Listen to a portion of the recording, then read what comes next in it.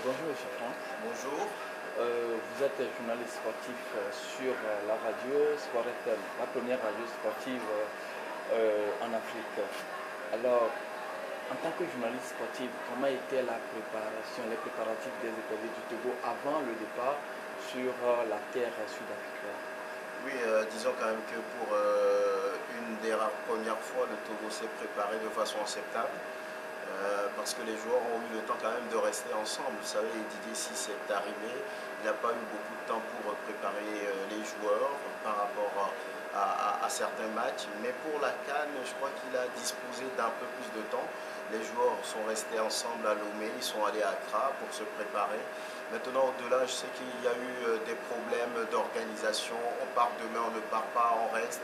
Donc, on va dire de façon ramassée que les préparatifs, ce n'est pas ce que, j'allais dire, le public sportif attendait, mais c'est par rapport aux éditions précédentes, les préparations qui ont été faites par rapport aux autres CAN que le Togo a joué. On va dire que cette fois-ci, c'est une préparation acceptable. Oui, alors, dites-nous comment est-ce que vous avez trouvé la prestation des écoliers du Togo à cette CAN? Je pense que pour une fois, le Togo s'est qualifié pour les quarts de finale. On pouvait faire mieux. Maintenant, il y a eu des problèmes de coaching. Je crois que le groupe que le Togo a présenté à la CAN 2013 avait de la valeur, avec de la qualité.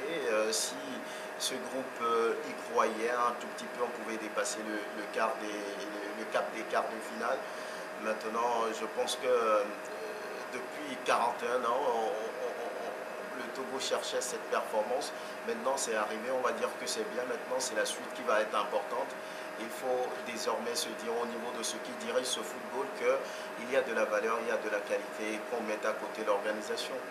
Et vous ne voyez pas que les écoliers se sont dit dans leur tête que notre mission cette année ou pour cette CAN, c'est pour aller au quart de finale, et comme ils ont réussi cette étape, alors le reste ne les concerne plus? Non, pas forcément. Lorsque je paraphrase un peu le capitaine Emmanuel Adebayor, qui a dit on ira chercher la finale, ça veut dire qu'il y avait de la place pour, on va dire, une performance beaucoup plus élevée des éperviers. Maintenant, face au Burkina, ils ont été un tout petit peu recroquevillés dans leur défense. Ils ont respecté trop, on va dire, les étalons qui disciplinent, de façon j'allais dire, qui avait une certaine discipline tactique sur ce match-là. Je viens de le dire, il y a eu un problème de coaching également. On a laissé les Burkinabés jouer et voilà, donc le résultat est là. Je pense que les joueurs l'ont regretté. Vous allez voir que dans les réactions d'après-match, beaucoup se sont dit déçus et puis tout et tout. Donc voilà, il n'y avait pas le fait pour eux de s'arrêter en quart de finale. Maintenant, c'est le football burkinabé qui a été le plus fort. Oui, alors nous allons entamer le retour des écoliers du Togo. Et normalement, les écoliers devaient rentrer au Bercail le mardi passé. Et vont-ils rentrer ou pas, etc. Quel est le problème au juste? Moi, je ne suis pas dans l'organisation pour dire exactement ce qui s'est passé, mais ce que les responsables ont dit, c'est qu'il y a un problème de timing avec l'avionneur, celui qui doit affréter l'avion. Mais au-delà de tout ça, je me dis qu'il y a un problème d'organisation qui se pose parce que lorsqu'une équipe va en Coupe d'Afrique des Nations, c'est un planning, c'est un programme complet qui se fait. Et quand l'équipe est éliminée, je crois que 48 heures après, on doit être en mesure de pouvoir ramener au Bercail cette sélection. Maintenant, s'il y a ça traîne, s'il y a des difficultés, je crois que ça reste au niveau de l'organisation. Et une fois encore, on déplore ce manque, j'allais dire, de professionnalisme, cette approximation qui frappe toujours le football togolais. C'est véritablement dommage.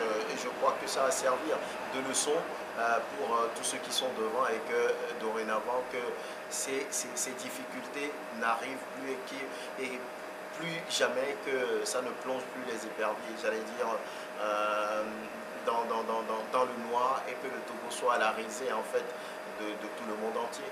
Oui, à qui la faute? Mais je l'ai dit, c'est ceux qui sont devant, c'est ceux qui sont devant, ceux qui sont chargés d'organiser le voyage des éperviers, voilà, c'est eux. Même si ils parlent de l'avionneur et ils disent que l'avion affrété a eu des difficultés, bon, le public sportif togolais, lui, ne veut pas entendre ça. Lui, il voulait accueillir son équipe nationale qui vient de jouer un quart de finale de Coupe d'Afrique des Nations, mais il a attendu longtemps avant de retourner à la maison et cette arrivée n'a été constatée que plus tard. Je me dis que c'est un peu dommage. Il faut véritablement qu'on s'asseye et qu'on parle vraiment de l'organisation du football au Togo. Puis un message à l'endroit de tous ceux qui vont écouter cette émission sur Togovision. Non, mais tout simplement dire au public sportif que le Togo dispose d'une belle sélection, d'un groupe de qualité et de valeur qui peut tenir tête à toutes les sélections sur les continents. La preuve avec cette Coupe d'Afrique des Nations, le Togo a bien joué contre la Côte d'Ivoire, a bien joué contre la Tunisie et l'Algérie. Donc le Togo vient de montrer à tout le monde que son équipe nationale a été capable de battre tout le monde. Donc soutien aux éperviers et à ceux qui dirigent ce football de faire confiance à cette génération capable de gagner quelque chose et de mettre beaucoup plus de moyens. Merci. Je vous en prie, c'est moi.